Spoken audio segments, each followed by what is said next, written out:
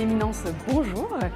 Alors, nous sommes très heureux de vous accueillir sur notre diocèse. Vous avez été invité par Monseigneur Bozo et aussi la confrérie de Saint-Israël et Saint-Théobald Odora. Voilà, vous allez présider demain les ostensions, la clôture des ostensions. Alors voilà, les ostensions limousines, c'est 1000 ans de ferveur populaire qui ont lieu tous les 7 ans et qui fédèrent beaucoup de catholiques, mais aussi de non-pratiquants.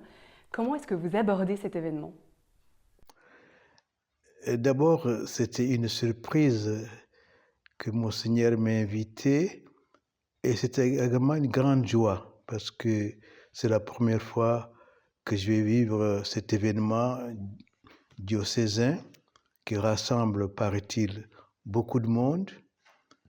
Et c'est bien aussi de favoriser cette piété populaire parce que ça maintient la foi, ça maintient la tradition. Et donc, je serais très heureux de pouvoir être évangélisé par cet événement historique que vous faites depuis des siècles. Et donc, je vais essayer de prendre part à cette festivité. Et naturellement, j'avais été invité par le curé qui vient de décéder. Et je pense que ce décès ne va pas ternir la joie de fêter notre foi. Au contraire, le Père curé va être avec nous au ciel. Il va intercéder pour nous pour que cette fête soit l'occasion d'un approfondissement de notre foi, d'une plus grande ferveur, des grands soucis de témoignage que Jésus est vivant à travers notre vie. Voilà ce que j'essaierai de vivre avec vous. Et bien sûr, les thèmes va correspondre aux lectures qu'on a choisies. Et donc, je suis très heureux parce que ça va me permettre de parler de la sainteté. De la sainteté. L'Apocalypse parle par exemple de la sainteté.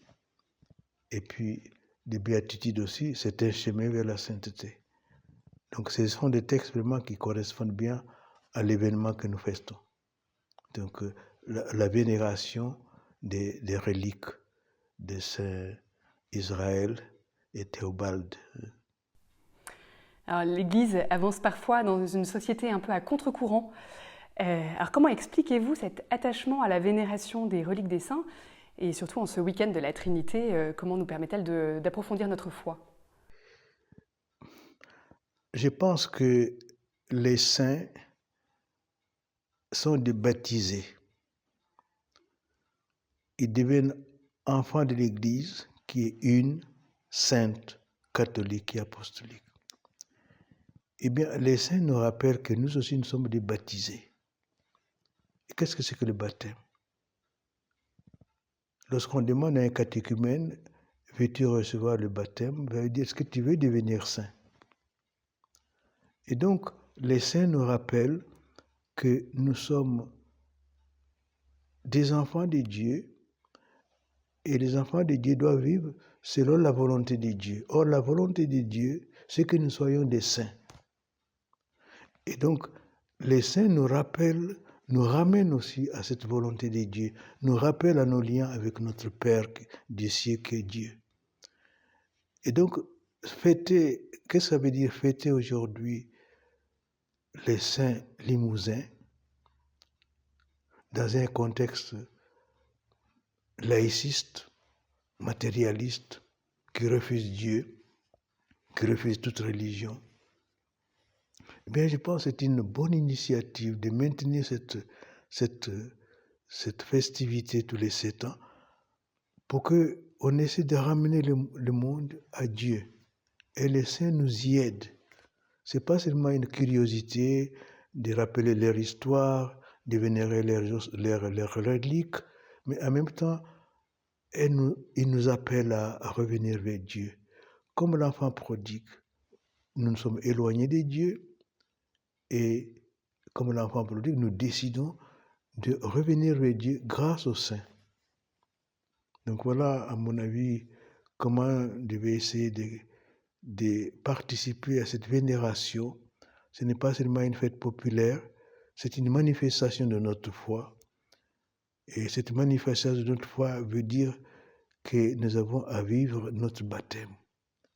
Vraiment. Alors, accéder à la santé, c'est un vaste programme. Comment est-ce que cela peut toucher les jeunes générations aujourd'hui? Quels défis est-ce que cela représente pour eux? Bien sûr, la sainteté, ce n'est pas faire des choses extraordinaires. Ce n'est pas faire des choses d'éclat, des actions d'éclat.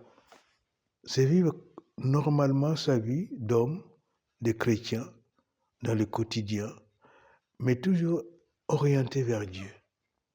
La sainteté, ce n'est pas être pécheur, n'est pas faire tout à fait toutes choses bien, mais c'est un élan qui nous rappelle que si nous sommes des enfants de Dieu, nous devons vivre comme Dieu le veut.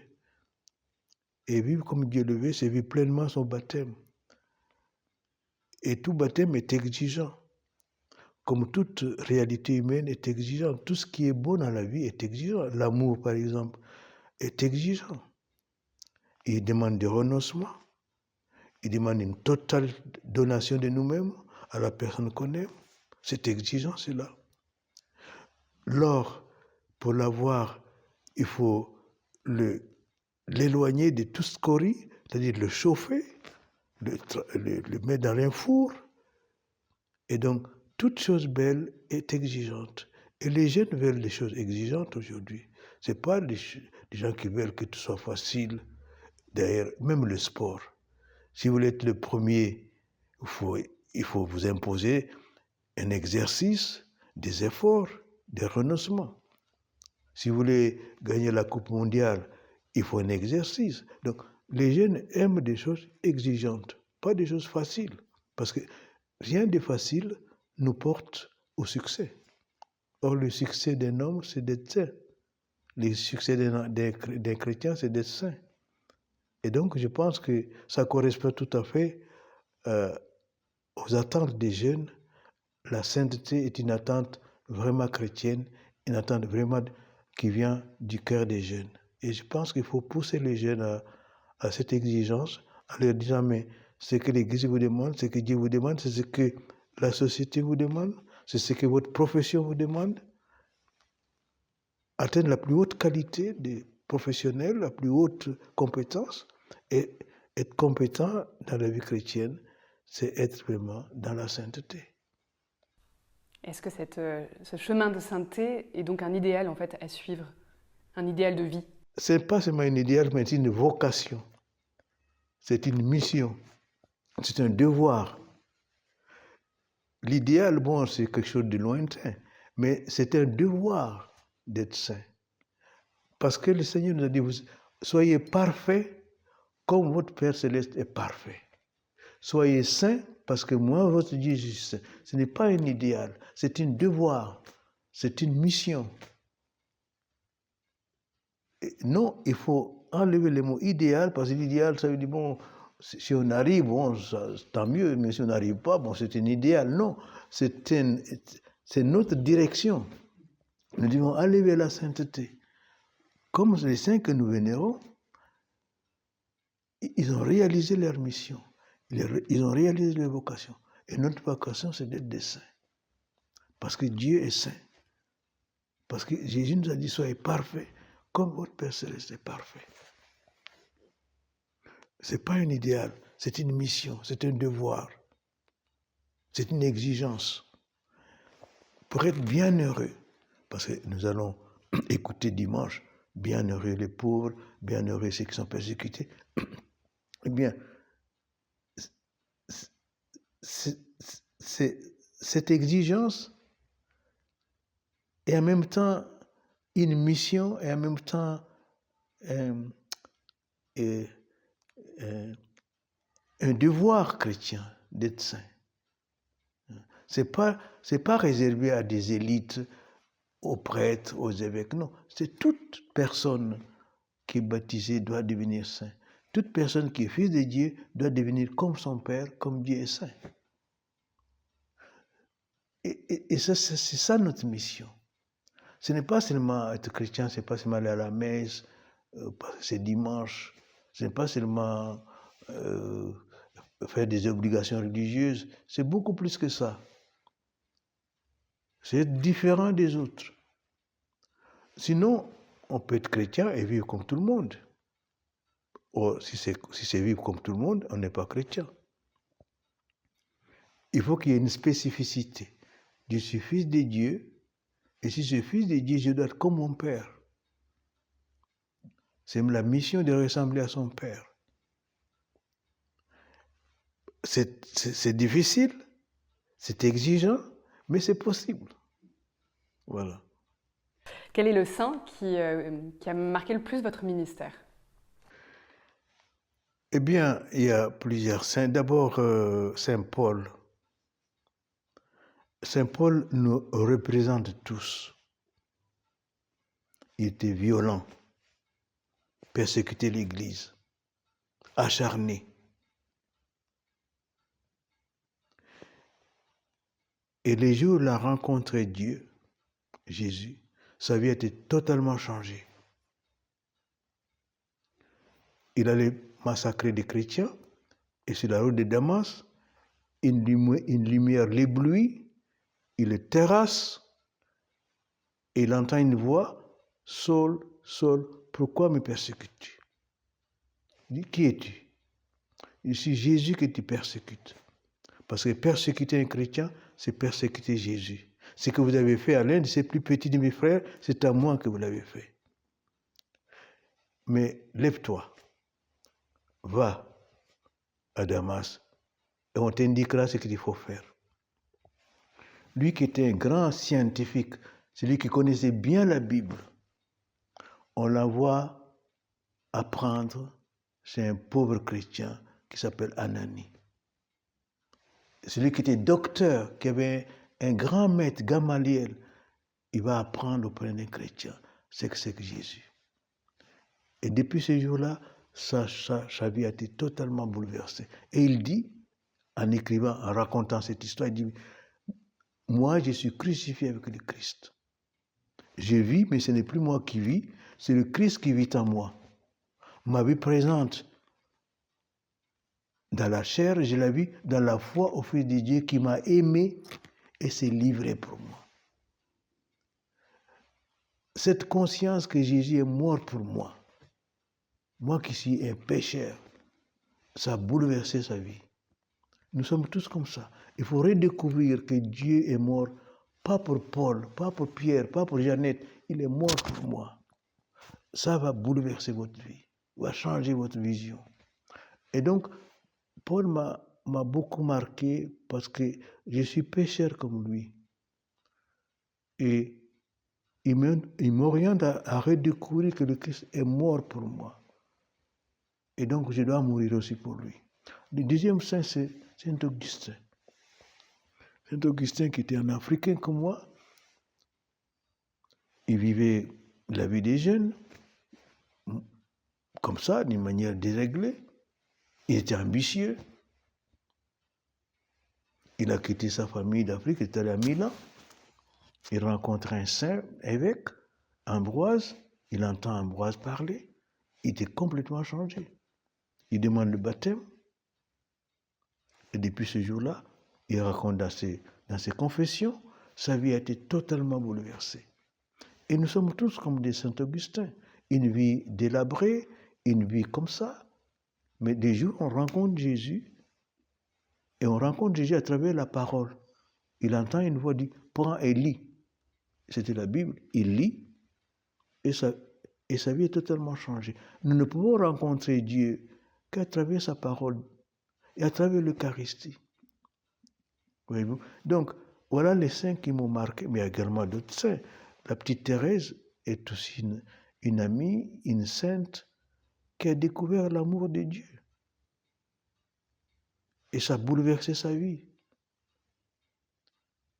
Et donc, voilà les saints qui m'ont marqué, mais il y a bien sûr d'autres saints, même Saint Ambroise aussi. Cet homme qui n'était même pas chrétien, c'était un grand fonctionnaire romain, mais il faisait bien honnêtement sa fonction. Un jour, le peuple crie Ambroise évêque, mais il n'était pas baptisé. Il n'était pas prêtre. On le promet évêque. On accélère sa formation catéchétique. Il est ordonné prêtre et évêque. Donc, nous tous, nous sommes comme ces personnes-là. Et Dieu nous donne ces exemples pour les suivre, comme Saint Israël. Voyez-vous, c'était des gens d'ici, qui ont vécu la vie d'ici et qui ont compris que Dieu les aimait, qu'il était mort pour eux. Ils ont donné leur vie et nous devons les suivre. On n'est pas seul dans cette vocation difficile. On est comme accompagné par les saints et nous les suivons. Ils ont tracé le chemin. Ils nous ont facilité, ils ont frayé le chemin et nous suivons leur exemple. C'est pourquoi nous devons les prier, non pas seulement pour louer leur exploit, mais dire, mais aidez-nous à suivre votre exemple. Et bon, pour moi, en tout cas, c'est Saint Paul, Saint Augustin, Saint Ambroise et tous les saints, les saints apôtres. Ils sont tous morts. Regardez, quand Pierre et Paul ont quitté la Palestine, ils sont venus à Rome, ils ont changé la ville de Rome, à deux. C'était une ville qui était comme aujourd'hui, païenne. L'homme ne compte pas. C'était manger et léger, comme aujourd'hui. Le football et manger. Nous sommes dans une société ultra productive, une société consommatrice. Il n'y a que ça qui compte. Dieu ne compte pas. On est exactement comme au temps de Saint Paul et Saint Pierre à Rome. Mais ces deux-là ont changé la ville de Rome. Et nous vivons la même situation. Nous devons changer cette situation. Par notre vie chrétienne, que nous reprenions conscience de notre baptême. Le pape Jean-Paul II est venu en France. Au début de son pontificat, il a dit « France, rappelle-toi de ton baptême ». Et les saints nous disent « rappelez-vous de votre baptême ». Merci. Merci beaucoup, Éminence, Merci à vous. pour ce temps d'échange avec nous. Merci.